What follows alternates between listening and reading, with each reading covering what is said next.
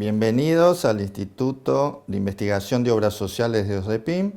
Hoy contamos con la presencia del licenciado Nicolás Striglio, quien es licenciado en Economía y que actualmente ocupa el cargo de Gerente de Control Económico Financiero de la Superintendencia de Servicios de Salud.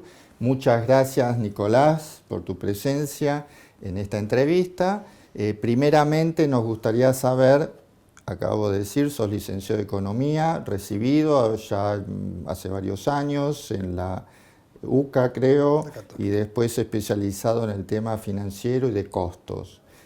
¿Cómo fue ese desarrollo profesional inicial hasta que llegás a cargo de la función pública en la superintendencia? Bueno, buen día, gracias por la invitación al instituto. Como bien vos dijiste, yo me recibo en el 2006 de licenciado en Economía de la Universidad Católica. Luego de hacer un intercambio académico en Alemania, yo estudié un año de la carrera en Alemania y en Alemania comencé a trabajar por primera vez en un banco en la mesa de dinero del Dresdner Bank. Cuando vuelvo a Argentina, comienzo a trabajar en la mesa de dinero del HSBC, hago la maestría en finanzas del mercado de capitales del SEMA y de ahí me voy a laburar al hipotecario. Hasta que en un momento de quiebre personal laboral dije, quiero dedicarme más a algo propio y renuncié al mercado financiero en el 2010 y arranqué a trabajar por mi cuenta asesorando clientes en diferentes rubros, agropecuario, construcción, y eso fue derivando un cliente a otro y llegó a la salud. Empecé a asesorar tanto internamente como externamente instituciones de la salud, obras sociales, algunas prepagas, redes de prestadores, y fui conociendo gente y fue cuando en fines del 19, con la gestión actual, me llaman para colaborar en la subgerencia de costos, que es prácticamente lo que yo venía asesorando desde afuera, todo lo que es costeo, gestión financiera, todo lo que es administración de recursos, compras. Y comienzo en la subgerencia de costos de la gerencia de gestión estratégica. Nos agarra la pandemia, 15 días después de entrar. Ahí fue todo el aprendizaje de los primeros años de la gestión durante la pandemia, que nos encontró a muy pocos trabajando mucho y muy unidos. Creo que eso fue, en lo personal, bastante bueno, y en el equipo de trabajo que se logró en la Super en la pandemia fue increíble, porque viste que las épocas así turbulentas es como que vos te afianzás y te apoyás mucho en el otro. Y pasó a partir de marzo del 20, el aislamiento, la gente en la casa, el operativo al mínimo, pero al mismo tiempo había que hacerse cargo del tema y ponerle el pecho a la pandemia. Y nos encontramos trabajando no solo en costos, yo me encontré trabajando en un montón de aspectos relacionados con el día a día de la Super, que por ahí no tenían que ver exclusivamente o específicamente con mi función, pero que hacía la Super.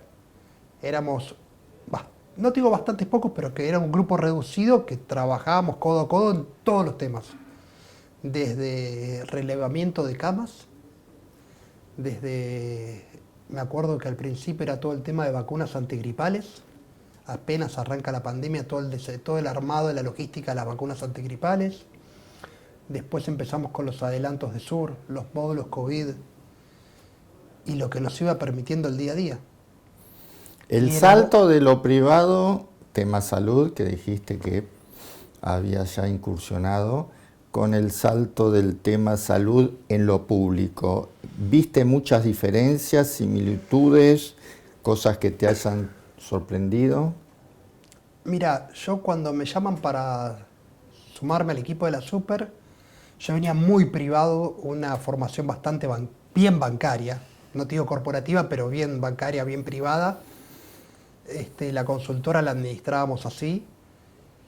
Y viste, uno al principio dice, meterme en lo público, no meterme, lo consulté con amigos, colegas, obviamente con familia, y dije, vamos por un año al menos, vamos a hacer una maestría en el sector público, dije yo.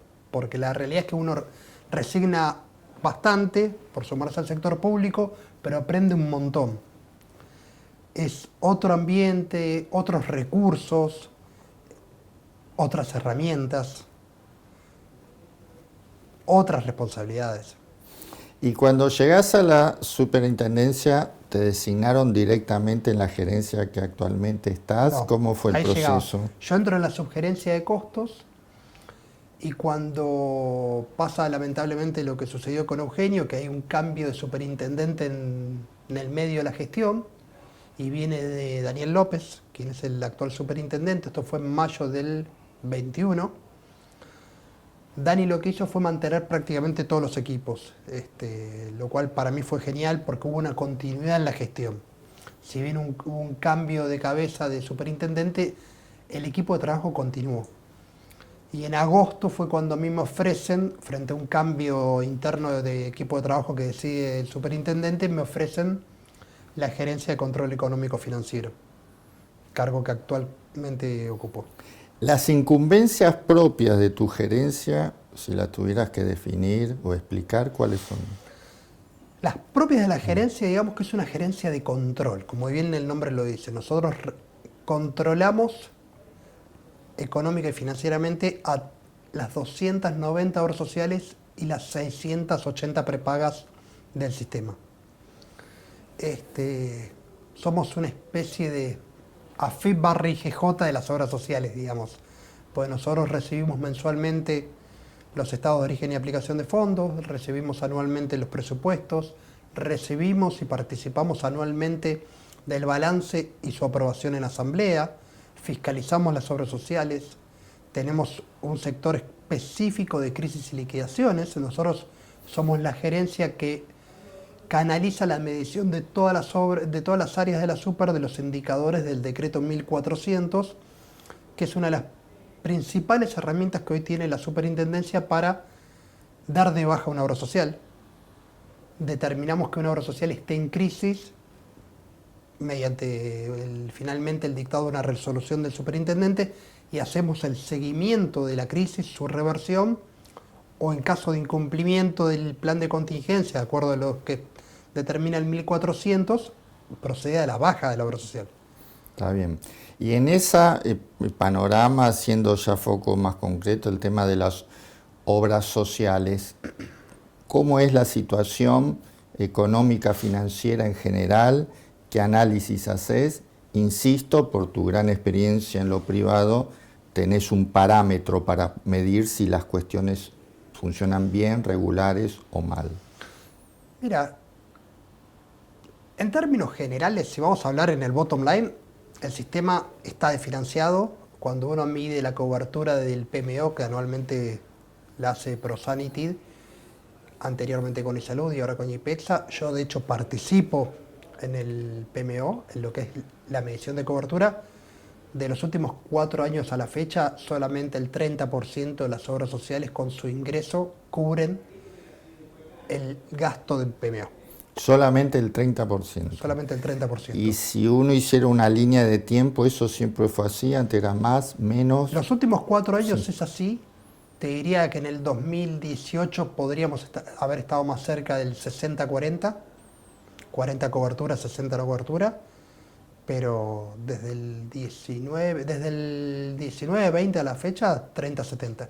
Está bien. Y se toma la idea como si fuera un termómetro, PMO barra el costo del PMO, gasto de PMO. ¿Qué diferencia hay en esa interpretación y por qué se lo toma como especie de parámetro objetivo?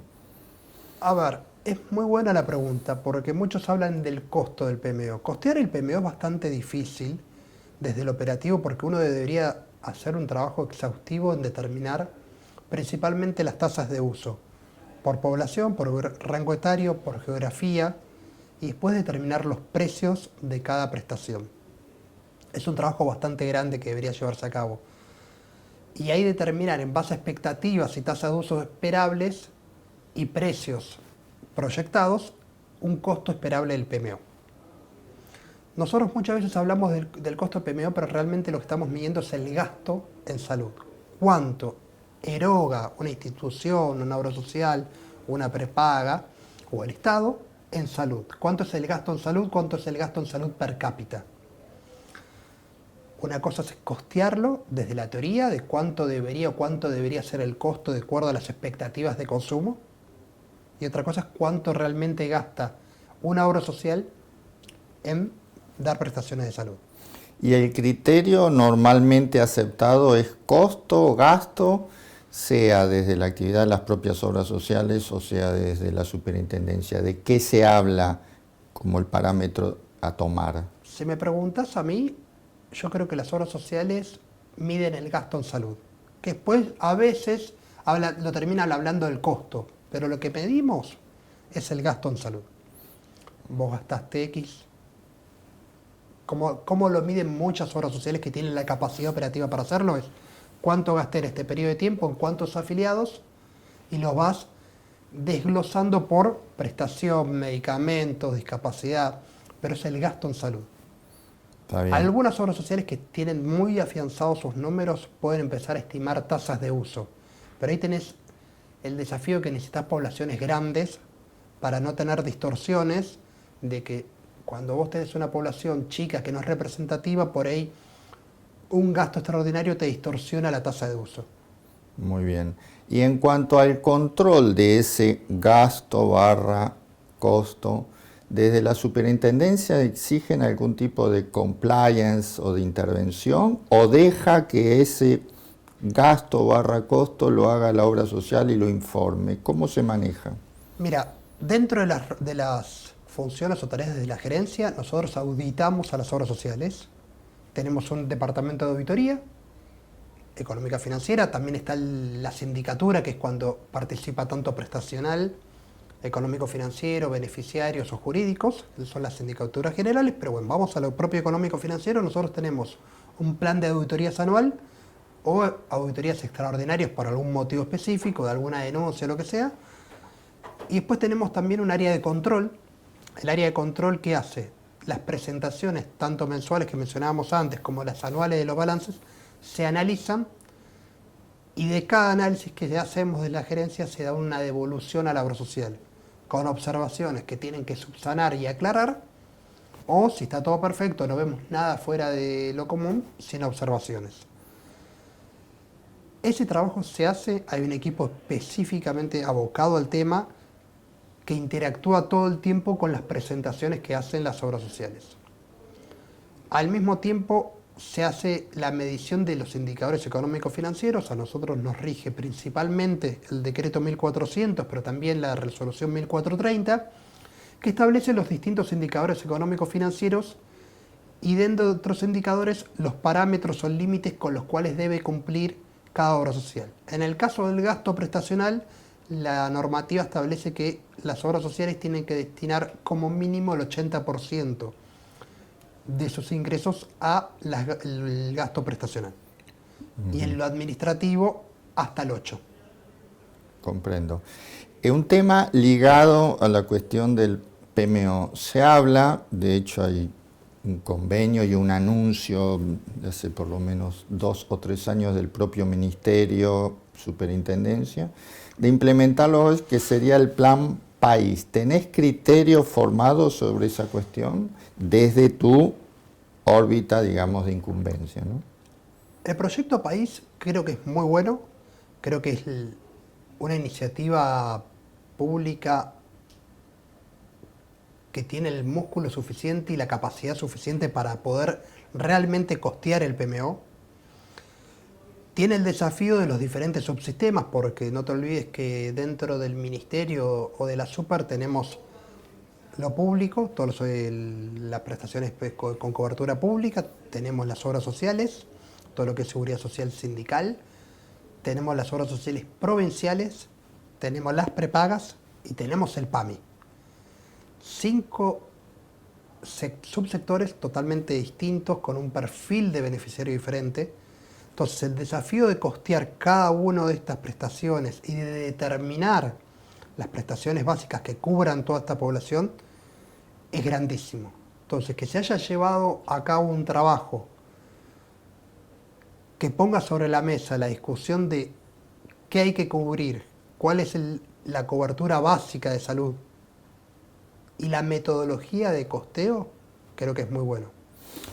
Y ese plan que estás ponderando, llamado País, porque es una sigla, abarcaría los 5 sectores. Correcto. Muy bien. Y ese plan, ¿cuánto de ejecutivo tiene o si está proyectado en cuánto tiempo va a transformarse en algo ejecutivo?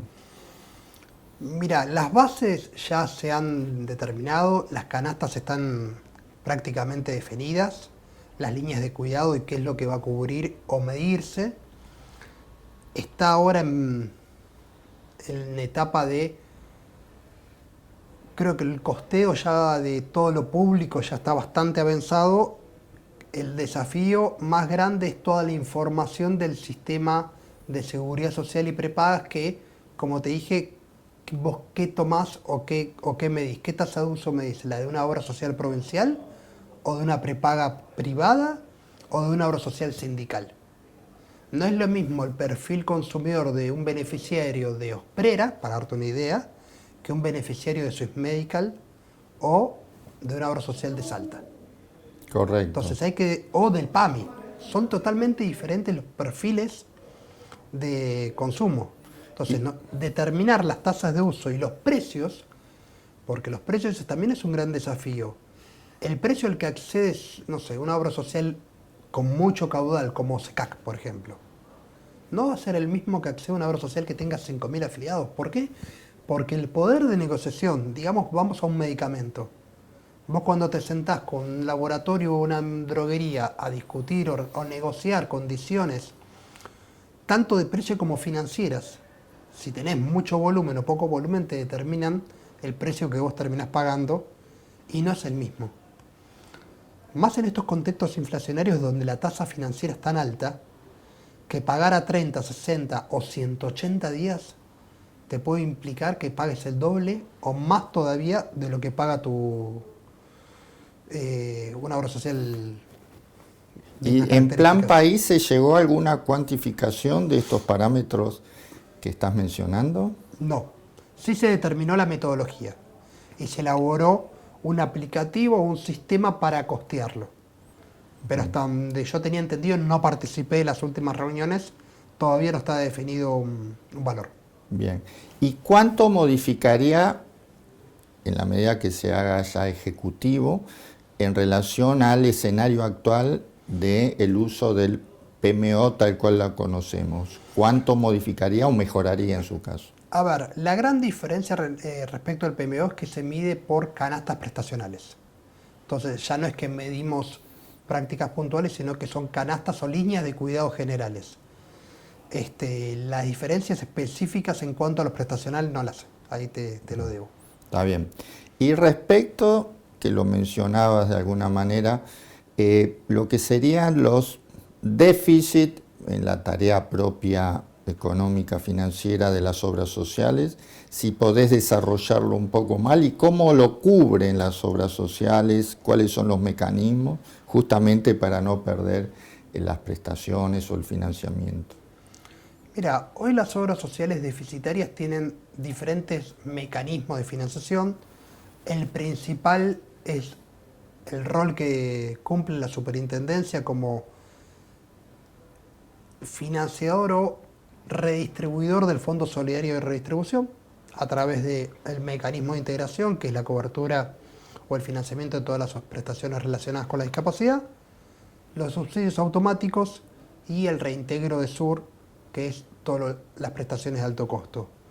Una fuente muy importante de financiamiento para un grupo bastante grande de obras sociales son los subsidios automáticos, donde el SUMA es el más importante, que representa el 50% del monto, distribuido en concepto de subsidios. Tenés el Sumarte para regímenes especiales, que es monotributo y y empleadas domésticas de casas particulares, el Suma 65 para mayores de 65 años y el Sano. En concepto de subsidios, la Super distribuye, hoy estamos cerca de los 12.000 millones por mes, y es una ayuda bastante grande que hoy se le da a las obras sociales luego de integración. Hoy la principal herramienta de financiamiento y de ayuda financiera a las obras sociales es el mecanismo de integración, porque no olvidemos que sin o previo al mecanismo de integración que arranca en el 2017, eran las propias obras sociales las que tenían que financiar y afrontar el gasto relacionado con las prestaciones de discapacidad. Si podés desarrollar un poco más el SUMA, ¿por qué es tan importante y lo enfatizaste? A ver, el SUMA es importante por monto. Los subsidios automáticos surgen de decretos y cada uno se determina el monto a distribuir en base a un porcentaje de la recaudación. En verdad no es de la recaudación, sino de las distintas declaraciones juradas que realizan los empleadores o aportantes de los aportes y contribuciones. El SUMA hoy distribuye el 3% de los aportes y contribuciones declarados, cuando el SUMARTE y el SUMA 65 distribuyen el 1,3 y el 1,6 respectivamente. Entonces el SUMA en monto es más que el doble que los otros subsidios. Si bien el SUMA tiene algunas mejoras que deberían considerarse o analizarse a futuro, ¿cuál es el objetivo del SUMA? Mitigar las asimetrías, es decir, que compensa los ingresos de las obras sociales, principalmente las de bajos ingresos. Y esa compensación responde a parámetros objetivos, discrecionales de la superintendencia. ¿Cómo se No, es una regula? fórmula automática totalmente objetiva, definida en el 2012 y de hecho la calcula AFIP. La liquidación, la preliquidación la hace AFIP de manera automática y desde la super la convalidamos y aprobamos. Tiene 3 incisos el SUMA. El primero distribuye el 20% en cuotas iguales para todas las obras sociales mayores que tengan más de 5.000 afiliados. El inciso B, que distribuye el 80%, es un monto per cápita. De acuerdo al monto a distribuir, es tanto por afiliado para cada obra social. Y el inciso C distribuye para las obras sociales más vulnerables o de poblaciones menores a 5.000 afiliados, entendiendo que estas obras sociales tienen un desafío mucho más grande, pues no tienen volumen de afiliados, trata de compensar la cápita contra la cápita promedio. Te paga la diferencia de cápita. Perfecto. Respecto a un tema que creo que no mencionamos, que es la cuestión de discapacidad. ¿Cuál es tu visión, la perspectiva actual, eventualmente a futuro? A ver, el mecanismo de integración. La DISCA, previo al 2017, todas las prestaciones de discapacidad se reintegraban vía SUR. A partir del 2017 se crea el mecanismo de integración, que fue creciendo en el tiempo exponencialmente. Hoy arrancó el mecanismo de integración representando el 30% de la distribución del fondo. Terminamos el año pasado por arriba del 50% y este año creo que vamos a estar más cercano al 60-70%. Si bien inicialmente fue una buena idea, fue una ayuda financiera muy grande a las obras sociales, el problema que yo veo que sucedió con el mecanismo de integración que creció demasiado. ¿A qué se debe este crecimiento? Yo creo que hay 3 variables. La cantidad de afiliados dentro del mecanismo, que tienen CUD o Certificado Único de Discapacidad. Se estabilizó al principio en alrededor de 80.000, hoy estamos en 115.000. Tuvo un crecimiento bastante importante la cantidad de beneficiarios dentro del sistema. Las prácticas, cada vez hay más demanda de la población de prestaciones de discapacidad. También fue evolucionando y cambiando la DISCA, ¿no? El afiliado del 2017 no es lo mismo que el afiliado de hoy. Hoy están más informados, saben bien qué les corresponde. No pasa solamente con la DISCA, pasa con el resto de las coberturas. Si uno mira la demanda prestacional de las obras sociales, lo que demandaban en el 2017 no es lo mismo que demandan hoy.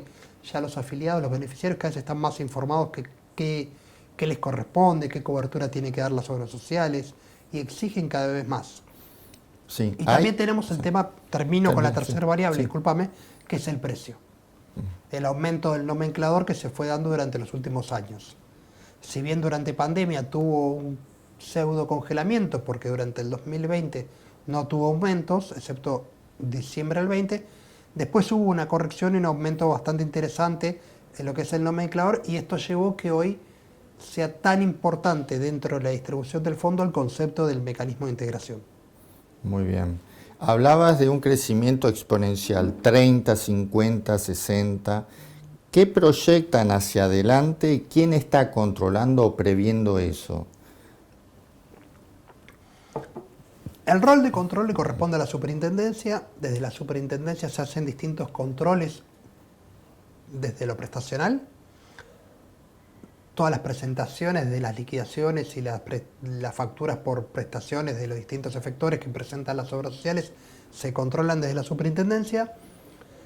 Eso es previo al pago o previo al depósito en la cuenta integradora del Banco Nación para que después cada una de las obras sociales le pague a los efectores.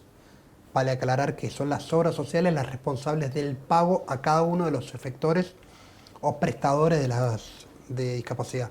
No es la superintendencia quien le paga al centro de día o al centro de rehabilitación.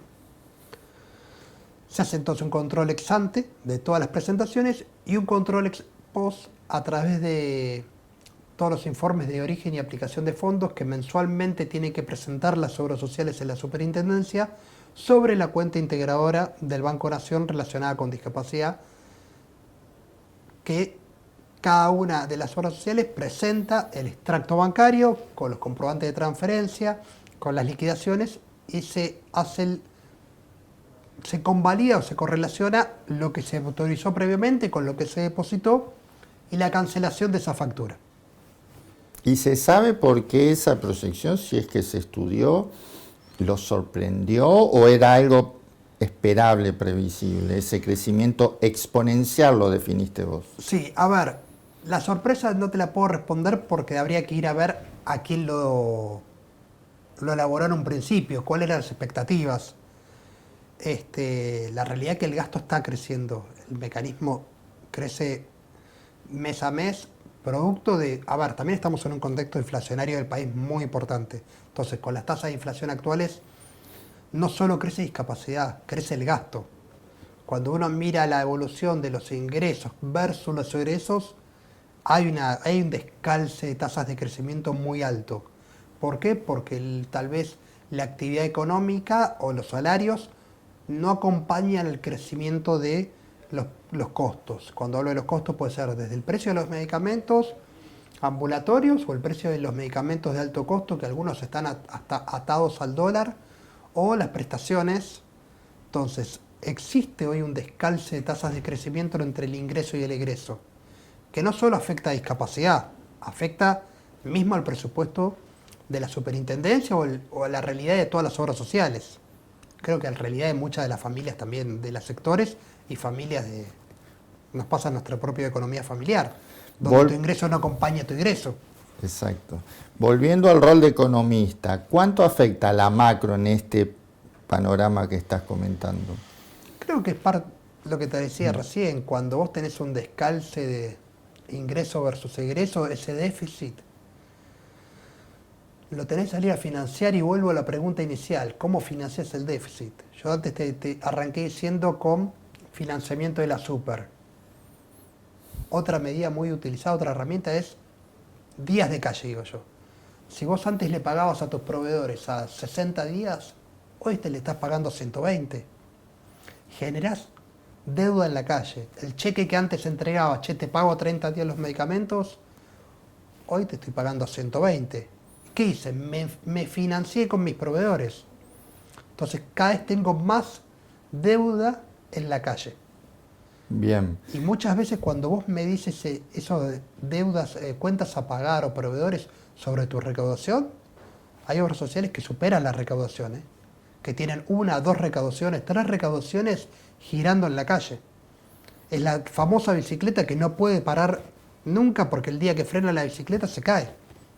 Y ese diagnóstico que lo describís incluso con detalles, ¿cuál sería la terapéutica para empezar a controlarlo, eventualmente subsanarlo, mejorarlo?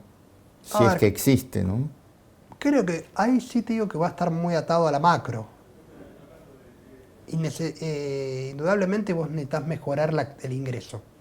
Acá, como te decía antes, tenés un componente de ingreso y un componente de egreso.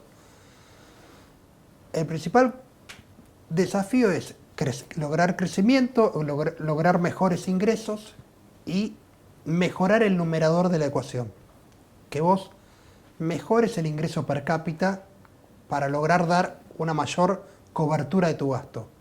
Y después trabajar fuertemente sobre el gasto, que creo que últimamente ese trabajo se está haciendo mucho, porque muchas obras sociales se han vuelto expertas en administrar, ¿cómo te digo?, en administrar déficit.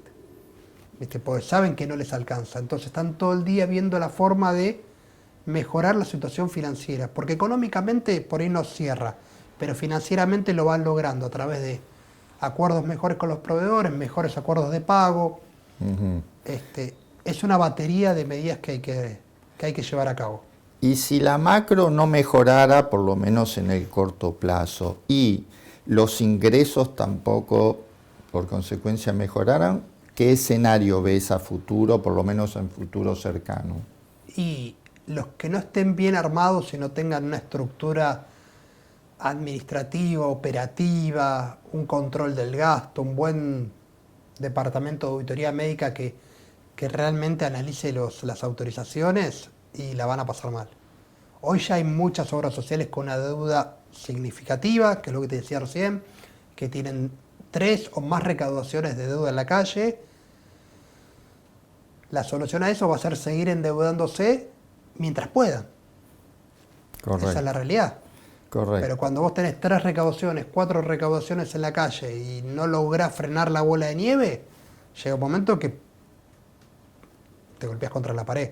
Correcto. Para salir, y ya terminando con la entrevista, de este escenario un poco pesimista o realista, nos gusta cerrar con la siguiente pregunta. Le decimos la pregunta OSEPIN, que es donde, teniendo como si fuera la lámpara de Aladino, la frotás, aparece el genio y te dieran todo el poder a vos, concentrado, sin límites, es decir, esto se mejora, ¿cómo?